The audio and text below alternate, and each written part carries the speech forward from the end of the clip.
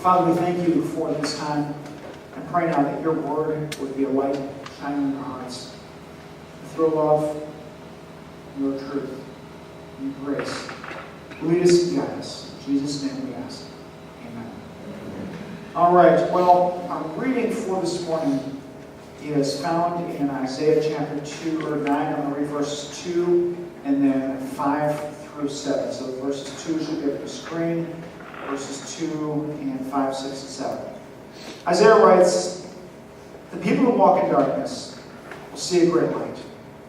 For those who live in a land of deep darkness, a light will shine. The boots of the warrior and the uniforms bloodstained by war will all be burned. They'll be fuel for the fire. For a child is born to us. A child is given to us. The government will rest on his shoulders, and he'll be called Wonderful Counselor, Mighty God, Everlasting Father, Prince of Peace. His government and its peace will never end. He'll rule with fairness and justice from the throne of his ancestor David for all eternity. The passion and commitment of the Lord of heaven's armies will make this happen." Amen. Well, I want to begin by having you think about lights. As we have this lead up, called in many circles Advent, as we have this lead up to Christmas, light is a prevalent thing. Think about Christmas lights. You think about lit up streets. Think about Christmas trees and putting the lights on the Christmas tree. You think about those laser lights. Remember last year I put laser lights out in front of my house and somebody stole them. And then, lo and behold, a couple beachsiders actually came to the rescue and gave us some more laser lights, which are now in front of our house for this year. And there's something about the run to Christmas. I just love the festivity, the light, the celebration, the decorations, and all the trappings of the season, both good. And there's some that are not so good. One of the things I really love is the lights in, maybe some of you recognize as St. Augustine. Yeah. Have any of you been to a festival or a Night of Lights or Light of Nights or something like that? If you've not been, I'm going to make a little commercial for them. They would love this. You need to go. Okay, we live 40 minutes from St. Augustine. You go and you take a little trolley ride, you ride through St. Augustine. They've got lights everywhere, and they have like special, they're almost like 3D glasses, and they can sparkle depending on the trolley ride you take. You don't have to do that. You can just drive out there and see it. But it is so beautiful, and so I encourage you to take one of those trolley rides and enjoy it. It's an incredible display. Light is a must-have in our lives. When you walk in a dark room, what's the first thing you do? Turn on a light, right? Okay, the first thing you do when you walk in a dark room is you turn on a light. And I've mentioned a number of times over the past few weeks, I've stopped keeping this device in my room. And you know what I really miss? The nightlight. The nightlight! Absolutely. If I get in the middle of the night, I used to just pull my phone out and I would turn on. Oh, it's not letting me do it. Oh, let's try to put the Bible. It's awesome. I turn on my little nightlight, and I can see all around the house when it's dark, and I kind of miss that. I don't miss all the other things that go along with it, but we know the importance of light. We gravitate toward light. We want to have light. And there's something powerful about that symbolism at Christmas. In the Northern Hemisphere, where many of the early Christians lived, first of all, in the Middle East and Northern Europe and Northern Europe. But this time of year is the darkest time of year. Christmas, December 25th, follows the darkest day of the year by a few days. December, 21st? I think is the shortest day of the year. And so it's a dark time of year. Where my ancestors come from in Sweden, I went there a number of years ago. Right after Thanksgiving was the beginning of Advent, and the sun was setting at like 2:30 or 3 o'clock in the afternoon. And it was dark and cold, but mostly just dark. And the sun was rising around 8:30. And so, kids, if you think you have it rough today, imagine you go to school and it's dark, and you leave school and it's dark. You're indoors, sort of light, but it's dark most of the time. So there's powerful symbolism, certainly for those in the Northern Hemisphere, to the idea of lights at Christmas. And even in the Gospel of Matthew, he quotes from Isaiah chapter 9, verse 2. It's in 4:16. He quotes that passage about people seeing a great light. And so this idea of people walking in darkness contrasted with walking in light and all the goodness and the blessings that light brings. That's a contrast between not knowing God and knowing God. Today is so different. People without Jesus continue to walk in darkness. It's no different today. People without Jesus continue to walk in darkness. What do I mean by that? Well, in the Bible, darkness refers often to evil, to ignorance. It's contrasted in many places with the light of God, which offers hope, goodness, guidance, life. And so you have this contrast all throughout Scripture between darkness, which is ignorance, evil, and bad, and hidden, and light, which is life, and goodness, and guidance, and wisdom, and blessing, and prosperity. In fact, the passage we just read in Isaiah comes immediately after this passage found in Isaiah chapter 8, and I'm going to put that on the screen. If you would click through this, Stephanie, that'd be great, because I'll be reading out of my Bible. This is verses 9 to 22 in chapter 8, so this comes right before chapter 9, so the last verses of chapter 8. Isaiah writes, "Someone may say to you, let's ask the mediums and those who consult the spirits of the dead. With their whisperings and mutterings, they will ask us, or they will tell us what to do." But shouldn't people ask God for guidance? Isaiah asks. Should the living seek guidance from the dead? He says, look to God's instructions and His teachings. People who contradict His word are completely in the dark. You see that? People who contradict His word are completely in the dark. They will go from one place to another, worried and hungry. And because they're hungry, they will rage and curse their king and their God. And I know we don't have kings anymore, at least in the United States. Some countries still have kings. But do we not blame others when things don't go? The government, or my school, or my workplace, or whatever. I mean, is this really that different today? Because they're hungry, they will rage and curse their king and their God. They will look up to the heaven and look down at the earth. But wherever they look, there will be trouble and anguish and dark despair. They'll be thrown out into the darkness. Now, this passage, written about 2,600 years ago, it's still true today. It's still true today. People are looking for answers. They hope to find them in technology, intellect, politics, government. And before I go any further, none of those are necessarily bad. I love technology.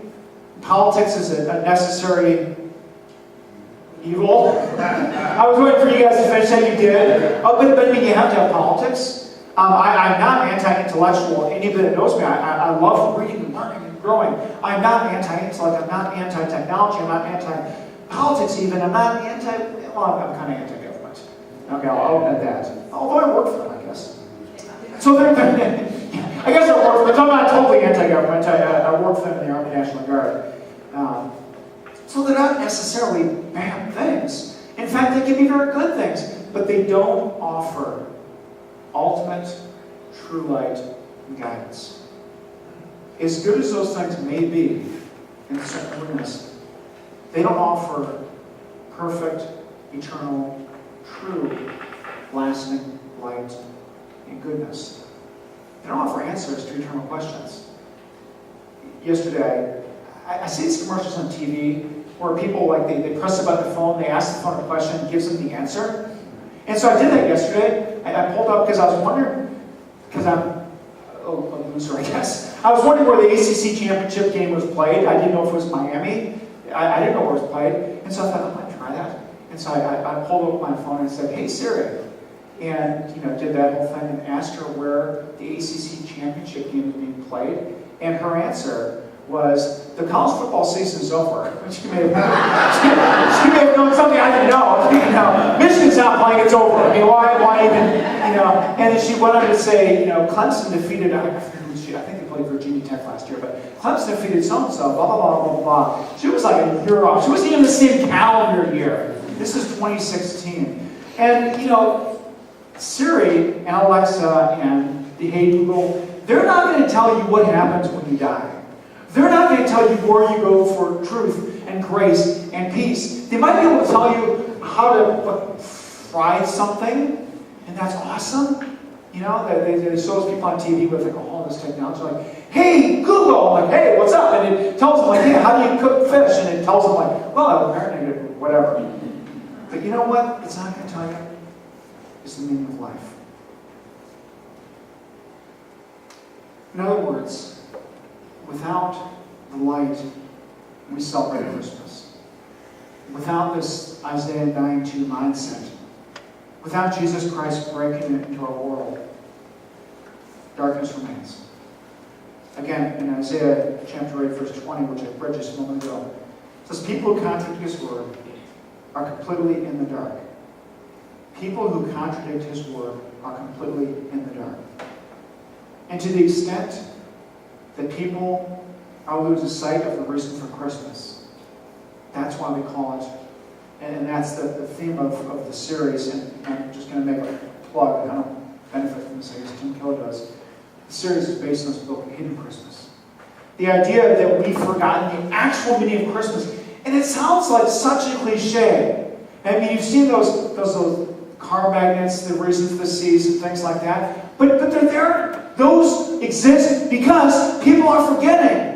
I love all the trappings of Christmas. I'm not going to lie. I love the lights. I love the presents. I love advent calendars with little chocolate things that we used to have when I was a kid. I love all of that. I am pro all that stuff. But you know, it's interesting that in our culture, we want to have all that stuff, and we seem to be forgetting why we have it. Have you ever seen, and I'm not shaming anybody that does this, because I'm sure some of you do this. Have you seen the whole Christmas elf? Have you seen it? Okay. There's a Christmas elf, you can buy them like at Target. And I'm sorry if anybody is going to be offended, but if you haven't been offended in the first 2.5 years, I'm going to find something to offend you. But what is it with messing with kids? They take these elves and they love to mess with little kids where they'll put the elf in a different place each morning. And the idea is the elf was doing something naughty last night. And I think, I wonder what this has to do with Jesus. And you might say, well, Chris, you're being kind of stick in the mud. Am I? Am I? Or is this a real concern that we've got all these things and we don't worship the Jesus that it's all about?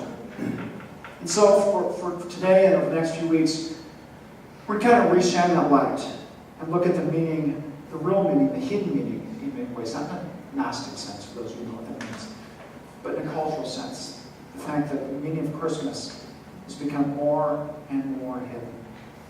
We'll make the case that a world without the light of God is a dark world.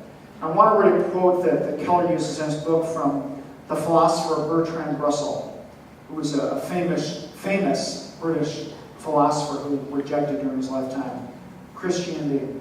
And listen to what he says. Even more purposeless, more void of meaning, is the world which science presents for our belief. The man is the product of causes which had no prevision of the end they were achieving. That his origin, his growth, his hopes and fears, his loves and his beliefs are but the outcome of accidental collocations of atoms. That no fire, no heroism, no intensity of thought failing can preserve an individual life beyond the grave. That all are the labors of the ages. All the devotion, all the inspiration, all the noonday brightness of human genius are destined to extinction in the vast death of the solar system.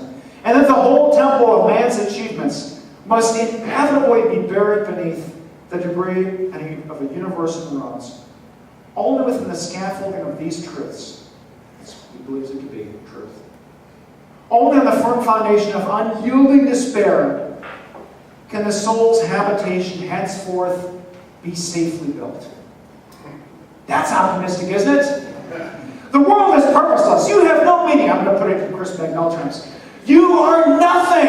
And all of your studies, your loves, your devotions, your passions, they're nothing, and you're going to die, you're going to be dead. The solar system will collapse, the universe will fall into ruin, and it means nothing. And it's only from that perspective that you can rebuild your soul. And it's such a strange thing, even in the context of those comments, to talk about a soul. Because if that's true, and see, here's the thing. You can't have your cake and eat it too. If that's true, if the universe has no purpose, then you don't have a soul. You don't have a spirit. You don't have a reason for being other than some atoms hit some atoms hit some atoms, and eventually, a few billion years later, mom and dad met each other and made you. That's the only reason you're here. So eat, drink, and be merry, because you're going to die and stay dead. Amen? Amen. That's going to be great. You see, what we do is we try to pick and choose. Well, I really like the whole Christmas present thing, and I like the shopping, and I'm thinking the whole going to church thing, but I'm kind of spiritual. I'm kind of down with the whole God thing, but I really like evolution and science and all that stuff, and so I'm going to have this potpourri of beliefs that leave us totally confused, and we wonder why we're confused. Because we're picking and choosing sensibly. And what we're kind of left with is a generic time of just good thoughts. The viewpoint of this world is you just got to try harder. You got to think deeper. And then maybe if we all just come together, we can solve all of the world's problems. And some people try to reduce Christmas to that. It's kind of a generic time of just peace, unity, and nice thoughts. It's a happy holiday. Doesn't matter what you believe. It's just a nice time. Hang some lights, give some presents, and we give money to kids, and then we start the year and we go back to our cycle. But here's the thing. Christmas won't let us do that. Jesus won't let us do that. He seeks to shine a light into our world, and the light has an effect. And I want to use the sun as a metaphor. Kelly does a much better job of it in his book. But I want you to think about what the sun, the source of light that God has placed in our solar system, what it does for us. First of all, the sun gives us light. I have a few slides behind here. The sun gives us light. The sun is the source of life from a technical sense in our lives. Without the sun, we'd freeze and we'd die. I don't think I have to explain that.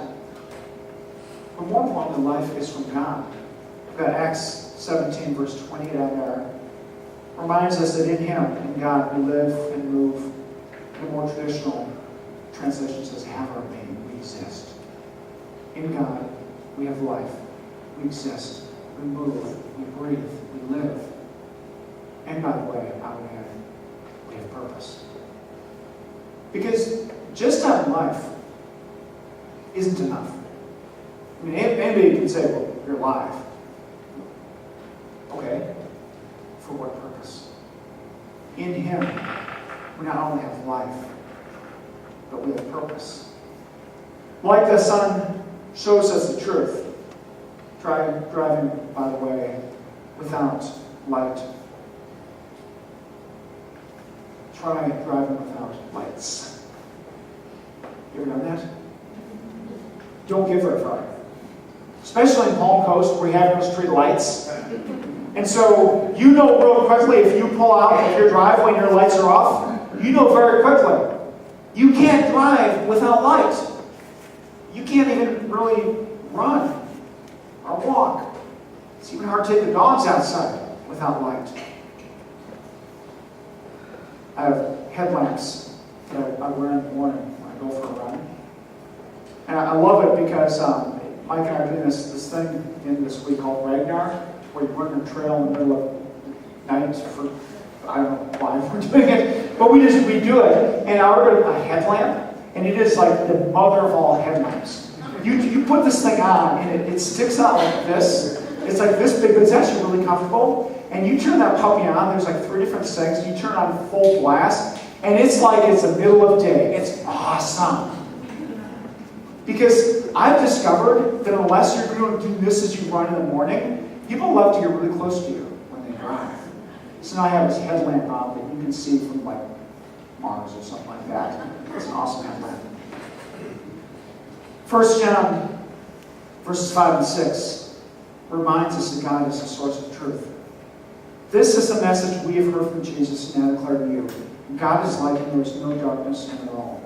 So we're lying if we say we have fellowship with God, but go on living in spiritual darkness. We are not practicing the truth. It's 1 John chapter 1, verses 5 to 6. We are not practicing the truth. So you have this contrast between a world of darkness and a world of light. Turn the headlight on. Turn the car lights on. It's day. See the truth about yourself, about God, about the world. So the sun gives us light. The sun shows us the truth. And the sun is beautiful. There's something about going out on a sunny day that lifts the spirits, isn't there? I see it even in church. We joke about it, but and today's an off day because it's sunny and we're low down in attendance. But it will be cloudy outside, and y'all that do show up, you kind of come in like this. You're mad, you're angry, a little caffeine might help. I know the feeling. When it's, and we're still in Florida, but when it's cloudy for a couple of days, I just feel like curling up and crying. Or taking a blanket and snuggling with it or something. It makes a difference. There's something about light that lifts your spirits. Think about how much people love the sunrise and sunset. It's beautiful. And God, likewise, is a source of beauty and light in the world. He created this world. He gave us a sense for beauty. Think about that for a second. If you think life is random and pointless, why do you like art? I suppose there would be some evolutionary biologists that would trip over themselves to try to explain why we would evolve an appreciation for art. But think about this. We humans, supposedly pointless and purposeless beings, have this capacity to draw something that others would say, I feel good looking at that. We have the ability to sculpt something. People look at it and they feel happy, or they feel sad, or they feel contemplative. It hits their emotions. All beautiful art ultimately comes from God. And I know there's subversive art. I know there are things that people do that they call art that's awful. But God is a God of beauty, a God of joy. As we sang earlier, a God of wonders. This is a good world. It's a beautiful world. And this world and the beauty of it bears God's signature. So God is the source of life, truth, and beauty. And this truth most profoundly breaks in our world in Jesus Christ. Why do we say that? We'll go back to Isaiah 9. For to us a child is born. Wonderful Counselor, Mighty God, Everlasting Father, Prince of Peace. That statement means things for us. It means, first of all, you can't be indifferent. You can't kind of like Jesus. If you actually get a hold of who He is, you can't kind of like Jesus. Jesus isn't bad. You just don't have an option. He does not leave you the option of being indifferent. We see in Scripture that people either love Jesus or they want to kill Him. There aren't that many reports of people going to hear Jesus speaking, thinking, it's fine. There's just some good points, and other points are not so good. They either loved Him and they were amazed at Him, or they wanted Him dead. What about you? If Jesus is who we claim, you can't be indifferent. And you're going to want to follow Him, to serve Him, to listen to Him. He's called a Wonderful Counselor for a reason. Born into a manger, living as a human, God truly understands you. That's why we call Him Wonderful Counselor, because He understands you better than you understand yourself, by the way. No other religion claims this. In fact, in human religion, man-made religion, God is usually depicted as distant and uncaring. Listen to what Dorothy Sayers writes. The incarnation means that for whatever reason, God chose to let us fall, to suffer, to be subject to sorrows and death. He has nonetheless had the honesty and the courage to take His own medicine. He can exact nothing from man that He has not exacted from Himself. He has gone through the whole of human experience, from the trivial irritations of family life and the cramping restrictions of hard work and lack of money, to the worst horrors of pain, humiliation, defeat, despair, and death. He was born into poverty and suffered infinite pain, all for us and thought it was well worth his while. And I was watching a football game yesterday, not the football game, I mean the Badgers. The Ohio State. I got to give a little hat tip to Ohio State. Watching the I know Nancy, just bear with me. Back to Jesus. Okay. Watching the quarterback, and J.G. Barrett was getting fired up by, I guess, like giving speeches and this thing. He'd go from person to person. And there's something the players are saying, and this I know to be true from my experience with athletics. It's one thing for the coach to say it. It's another thing for one of your own to say it. And there's something inspirational about that. And friends, God has been one of us. He has gone through what you're going through, and far worse. He loves you, created you, saved you. And your response should be to want to serve Him. And this is what we're going to tie all together, He's a gift. Isaiah 9:6 again says, to us, His Son is given. Jesus Christ is a gift. How do you get a gift? You receive it. For my birthday, I bought myself a Wisconsin sweatshirt. So that's not what a gift is, it? When you buy yourself something, I use money from my bank account that I earned to buy a sweatshirt. That's not really a gift. And so even though I bought myself a sweatshirt for Christmas, that's not really a gift. A gift is something you don't earn, you don't deserve, and all that's left for you to do is to receive the gift. To receive the Christmas gift of Christ, you must admit it's a gift. And so what that means is that you're a sinner. Can you admit that? That means you can't earn God's favor. Do you believe that? That means giving up human-centered religion that says, well, if you're pretty good, you go to heaven.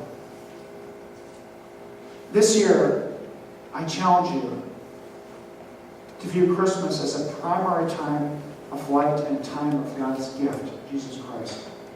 I urge you, if you haven't done so, to receive this gift and to commit to living for Him, living in Him, and let that same light shine through you. Amen? Would you stand and bow your heads? And as we prepare for the Apostles' Creed,